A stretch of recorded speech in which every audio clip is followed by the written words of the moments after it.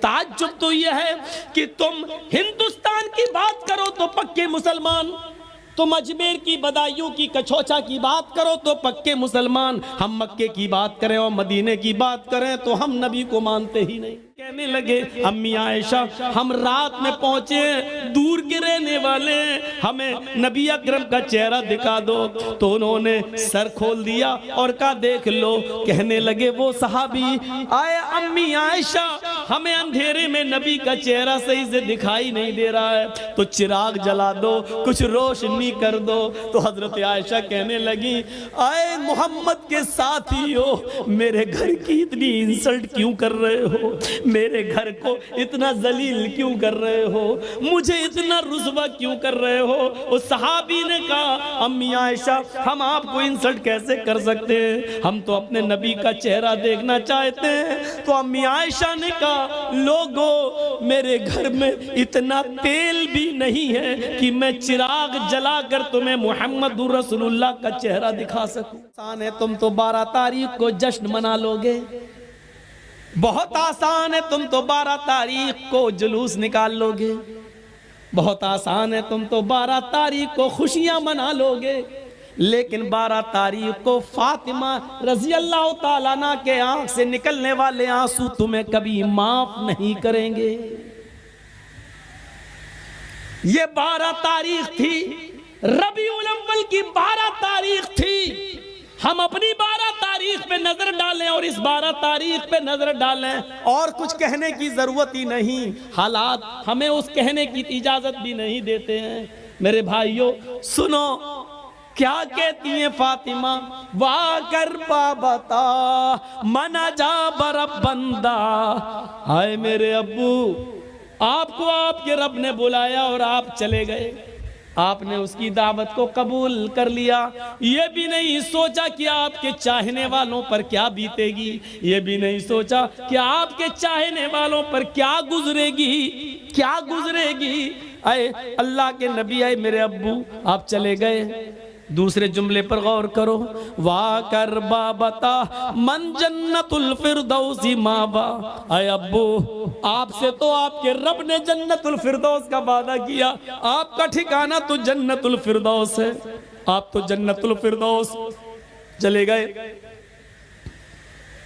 تیسرے جملے پر غور کرو، وا کر بابتا الا جبریل ننا، اے ابو اب قرآن کس کے اوپر نازل ہوگا، اب جبرائیل قرآن کی آیتیں کس کے اوپر لے کر آئیں گے، اب قرآن کس پر نازل ہوگا، آپ نہیں تو قرآن بھی بند ہو جائے گا، اس کی آیتیں نازل ہونا بھی بند ہو جائے گا، اس لیے کہ صاحب قرآن ہی نہیں رہا تو قرآن کس پر نازل ہو؟ نہیں اے ابو میں جبریل کو منع کر دوں گی اب وہ قرآن لے کر نہ آئے، اے ابو اب میں جبریل کو روک دوں گی اب وہ قرآن لے کر نہ آئے، اس لیے کہ صاحب قرآن نہ رہا اس دنیا میں، صاحب قرآن اب نہ رہا۔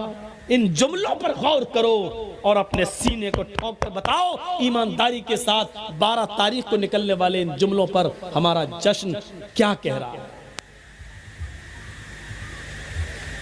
پھر فاطمہ کہتی ہیں لوگو 12 تاریخ کو میری اوپر میرے ابو کی جدائی کے بعد غموں کے ایسے پہاڑ ٹوٹے، جو مصیبتیں جو غم میرے اوپر آئے اگر وہ غم کسی پہاڑ کی اوپر ڈال دیے جاتے تو پہاڑ بھی چور چور ہو جاتا، ریزہ ریزہ ہو جاتا، اور جو غم میرے ابو کے بعد مجھے ملے، میرے ابو کی جدائی پر مجھے ملے، اگر وہ غم کسی دن پر ڈال دیے جائیں تو وہ دن بھی رات میں بدل جائے۔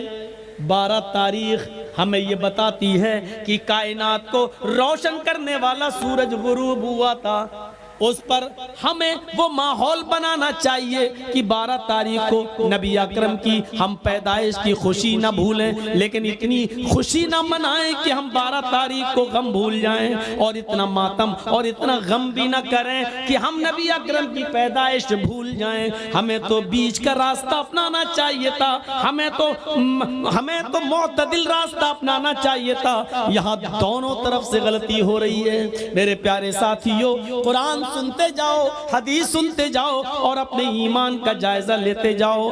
ہاں ہاں اب سنیے میرے بھائیو، اللہ کے نبی صلی اللہ علیہ وسلم کو دفن کر دیا گیا۔ سب سے پہلے ابو بکر صدیق نے نماز جنازہ پڑھی، اس کے بعد عمر فاروق نے، عثمان غنی نے، حضرت علی نے، پھر صحابہ نے، لوگ آتے گئے نماز پڑھتے گئے، پھر بعد میں بچوں نے، اور سب سے لاسٹ میں عورتوں نے، عورتوں کے بعد سب سے لاسٹ میں بچوں نے۔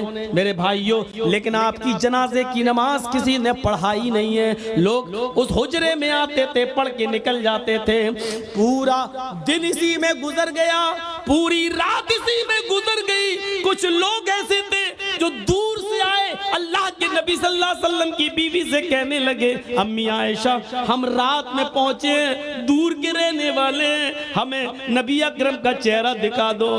تو انہوں نے سر کھول دیا اور کہا دیکھ لو۔ کہنے لگے وہ صحابی، آئے امی عائشہ ہمیں اندھیرے میں نبی کا چہرہ صحیح سے دکھائی نہیں دے رہا ہے، تو چراغ جلا دو، کچھ روشنی کر دو۔ تو حضرت عائشہ کہنے لگی، آئے محمد کے ساتھی ہو، میرے گھر کی اتنی انسلٹ کیوں کر رہے ہو؟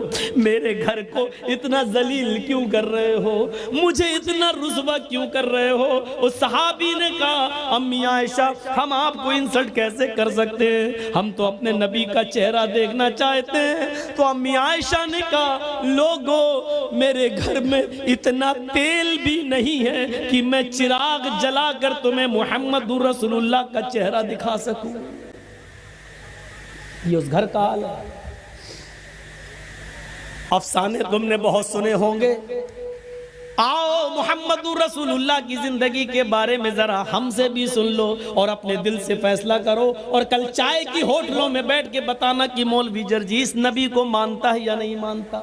کہہ دینا بہت آسان ہے، فلاں نہیں مانتا، فلاں نہیں مانتا، فلاں نہیں مانتا۔ ارے ہم تو اللہ کے نبی سے ہٹ کر کوئی بات کر ہی نہیں رہے ہیں۔ تعجب تو یہ ہے کہ تم ہندوستان کی بات کرو تو پکے مسلمان، تم اجمیر کی بدایوں کی کچھوچا کی بات کرو تو پکے مسلمان، ہم مکے کی بات کریں اور مدینے کی بات کریں تو ہم نبی کو مانتے ہی نہیں۔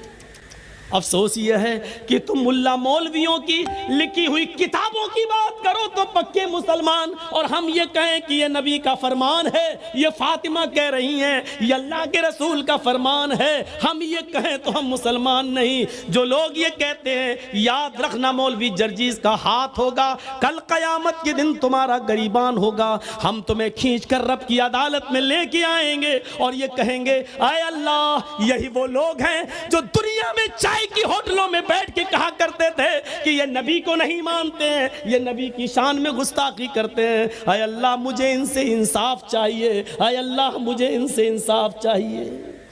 میرا ہاتھ ہوگا، تمہارے گریبان ہوں گے، یہ سوچ سمجھ کر کسی پر الزام لگانا۔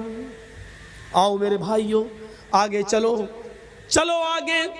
حضرت محمد رسول اللہ کی جنازے کی نماز پڑھ لی جاتی ہے، دفن کر دیا جاتا ہے، اور دفنانے کے بعد پہلی اذان کا وقت ہوتا ہے۔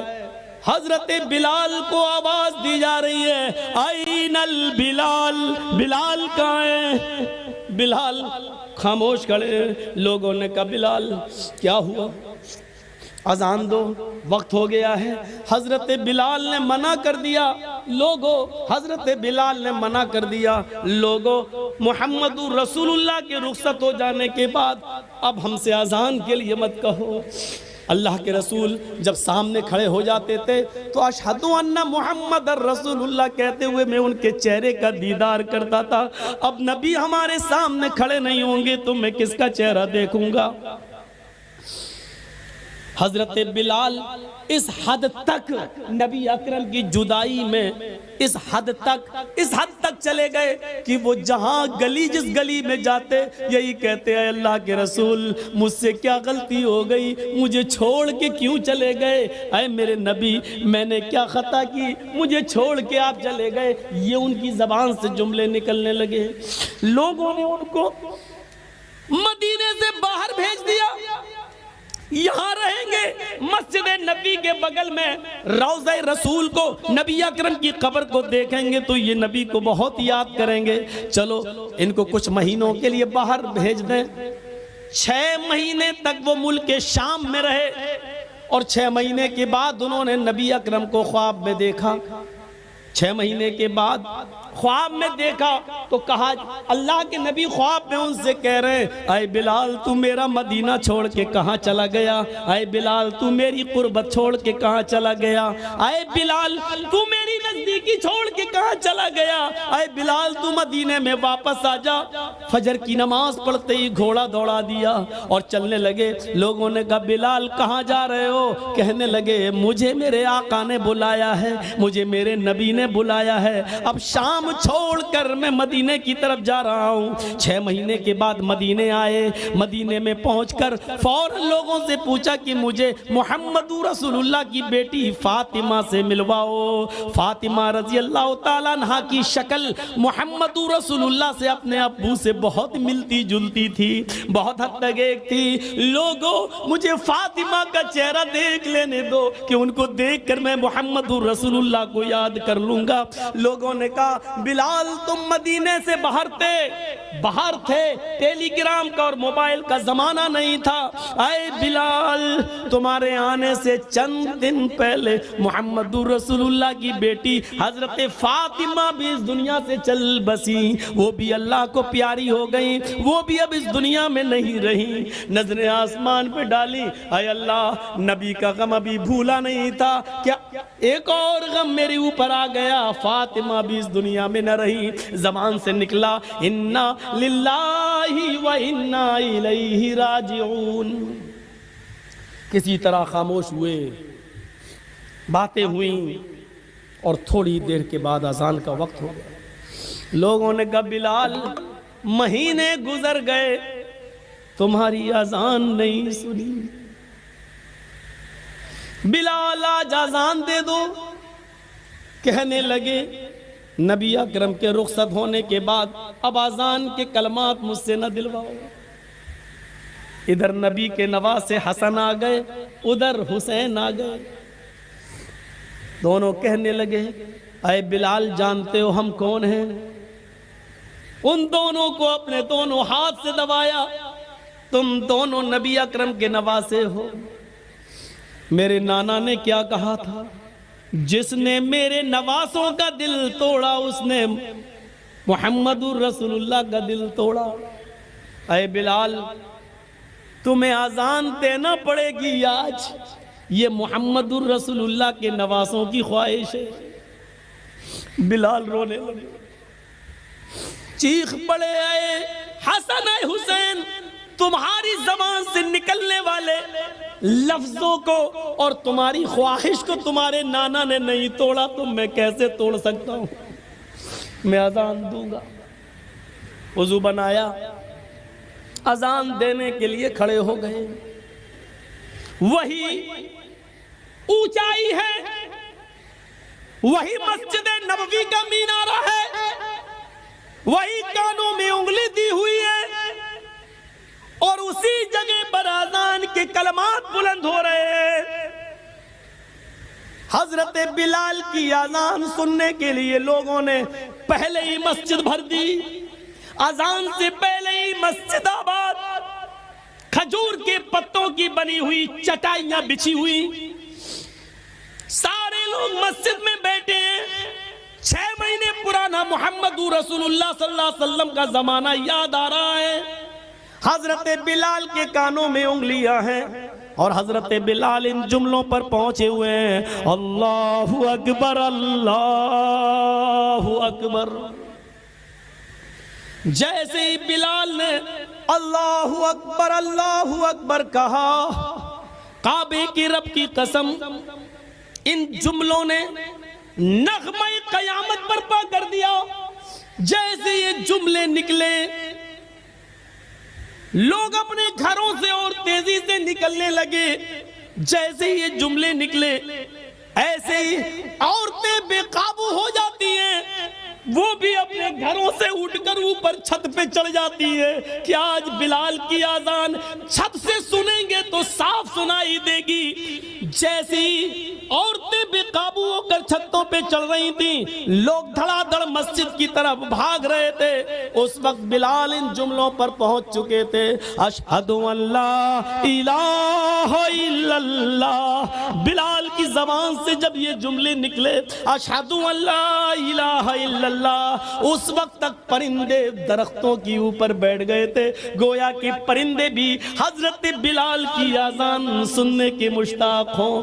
درختوں کے پتوں کی جنبشیں بند تھیں، شاید آج وہ بھی اذان سننا چاہتی ہیں۔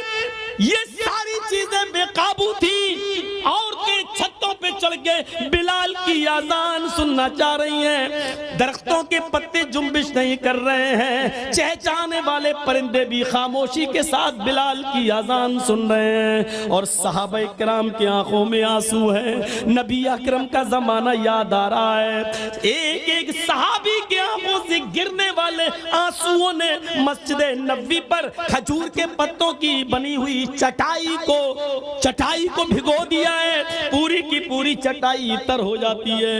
حضرت بلال ان جملوں پر پہنچتے ہیں، اشہد ان محمد الرسول اللہ۔ ابھی ان کی زبان سے محمد کا جملہ ہی نکل پایا تھا، رسول اللہ کا جملہ نہ نکلنے پایا کہ ان کی نگاہ وہیں پہنچ جاتی ہے جہاں جناب محمد رسول اللہ کھڑے ہو جایا کرتے تھے اور بلال سے کہتے تھے کہ اذان دو، اور بلال انہیں دیکھ کر پوری اذان دیا کرتے تھے۔ آج اس جگہ پر نبی اکرم کو غائب پایا، آج اس جگہ پر محمد رسول اللہ کو موجود نہ پایا، پریزنٹ نہ پایا۔ جیسے ان کی نظر اس جگہ گئی اور نبی کو موجود نہ پایا تو غشی آئی، چکر آئے اور بے ہوش ہو کر وہ زمین کی اوپر گر پڑے۔ لوگوں نے پانی کے چھیٹے مارے، بقیہ الفاظ دوسروں نے ادا کر دیے، ان پر چھیٹے مارے گئے، پانی کے چھیٹے مارے گئے، ہوش میں لایا گیا اور کہا بلال نے، لوگوں میں نے تمہیں پہلے ہی کہا تھا، نبی اکرم صلی اللہ علیہ وسلم کے انتقال کے بعد اب مجھ سے اذان کے لیے نہ کہا کرو، میں محمد رسول اللہ کہتے ہوئے کس کے چہرے کو میں دیکھوں گا۔ یہ اندازہ تھا، ہمیں سوچنا چاہیے، لیکن قبر ان کی بھی ہے۔ فاطمہ رضی اللہ تعالیٰ عنہ کے سینٹنسز پر غور کیجئے، بار بار نہیں دہراؤں گا، ان کو بھی رخصت ہونا پڑا، لیکن وہی چیز یاد کریے، ایک طرف انسان ہم اور آپ مر جائیں اور مرنے کے بعد ہمارا حساب کتاب نہ ہو اور مٹی میں ملا دیے جائیں، یہ بہت اچھی چیز ہے کہ اگر ایسا ہو جائے، لیکن ایسا ہوگا نہیں۔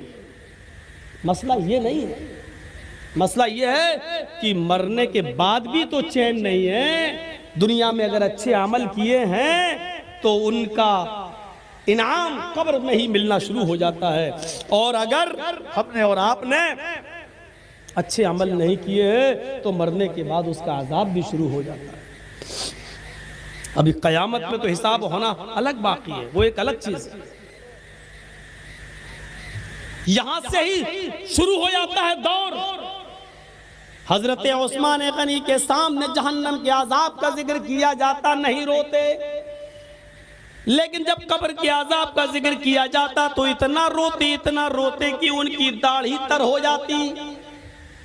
پوچھا ہے عثمان، جہنم کے عذاب کا ذکر ہوتا تو تم نہ روتے، اور قبر کے عذاب کا ذکر ہوتا تو اتنا روتے، کیا بات ہے؟